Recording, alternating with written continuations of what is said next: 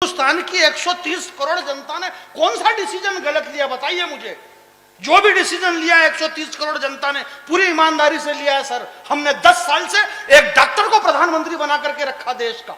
Doctor Manmohan Singh ji अर्थशास्त्री थे, देश के प्रधानमंत्री थे, 10 साल तक डॉक्टर रहे। वो डॉक्टर होने के बाद उन्होंने 10 साल में एक इंजेक्शन तक नहीं लगाया।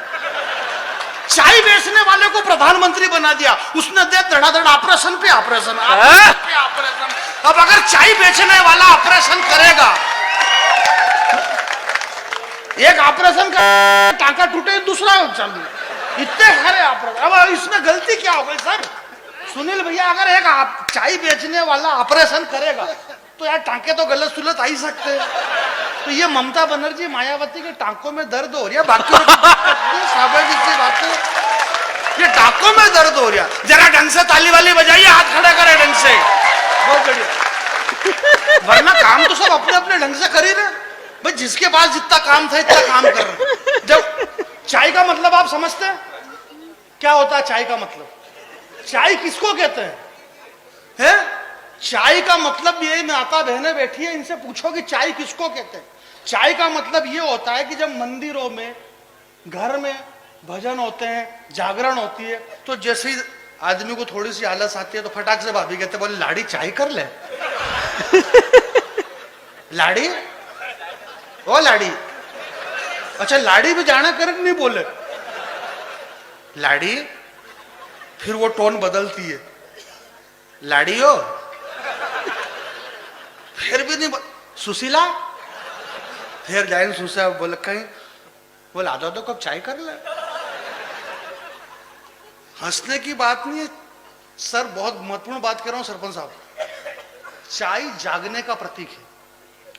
आदमी को जब नींद आती है तो चाय जागने का प्रतीक है, और जो देश को जगाता रहे। लोगों ने कहा बोला नरेंद्र मोदी दुनिया में घूमता फिर रहा, जब देखो तब विदेश में घूमते हैं, जब देखो तब विदेश में घूमते हैं। ऐसा क्या है विदेश के अंदर? मैं आपसे एक बात बताऊं कि जब शास्त्री जी ने ये कहा, लाल बहादुर शास्त्री जी ने, जय जवान जय किसान, ये हिंदुस्तान मेरे भाई इन किसानों का है। और उन किसानों से पूछो कि अगर वो किसान अपने खेत के अंदर एक महत्वपूर्ण फसल बोना चाहता है तो उस फसल को बोने के पहले खेत के चारों तरफ एक मजबूत बागड़ लगाना चाहता है, कहीं ऐसा नहीं कि रोजड़ा रोजड़ी आई जाए फसल खत्म हो जाए। तो यार एक महत्वपूर्ण फसल बोने के लिए, जंगली जानवरों से, आवारा पशुओं से रक्षा करने के लिए जो मजबूत बागड़ लगाई जाती है, इसलिए लगाई जाती है क्योंकि कोई महत्वपूर्ण फसल उस खेत के अंदर बोना थी। अगले आदमी चाय बेचने वाले नरेंद्र मोदी को मालूम था कि काम महत्वपूर्ण करना है, 370 हटाना है।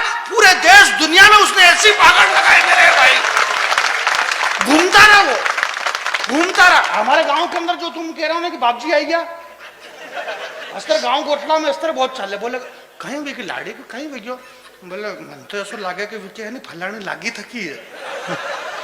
तो लागे खूब, और फिर वो जान बोपा कर ले जाओ, मार ढोल बाजो डन डन डन डन, और विके बाप जी आज बोल बोल, चिट्टी आंगरी पकड़ ले, बोल क्यों परेशान करी रही छोरी ना।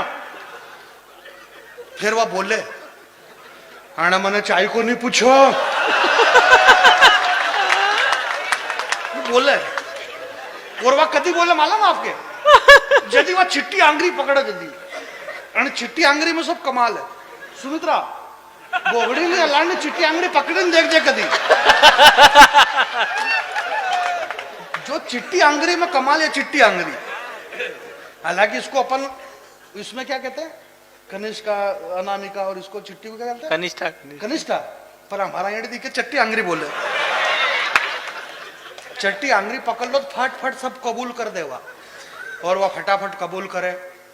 तो वह एक ऐसी खतरनाक डायन है जैन साहब, एक ऐसी खतरनाक डायन थी जो जाने कितने ही साल से लगी हुई थी, और इतनी खतरनाक कि उसने ये समझ लो कि बरसों से वो कश्मीर में लगने वाली 370 नाम के एक ऐसी डायन, जो कि मेरे भाई वो जाने कितने लोगों का कलेजा खा गई है।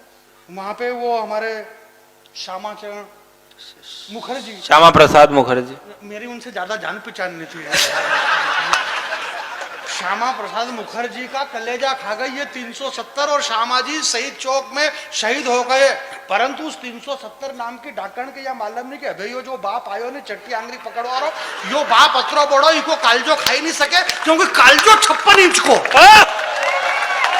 यो कालजो मावे नहीं मुंडा में। Subscribe now and press the bell icon.